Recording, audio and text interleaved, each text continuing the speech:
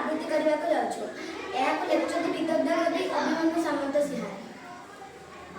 ଧୀରେ ଘେନ କାନନରେ କୃଷ୍ଣ ବିଳମ୍ବିତ ବାତ୍ସଲ୍ୟ ମମତା ଘେନି ଭାଳୁଛନ୍ତି ମାତ ମକଳା ମାଣିକରେ ନିଧନ ସଂଭାଳି ମୋର ଦରିଦ୍ର ପସରା ଅନ୍ଧଲ ଉଡ଼ିବା ଘୁରେ ହୃଦରତ୍ନ ହାରା ମକଳା ମାଣିକରେ ମଜି ବଜି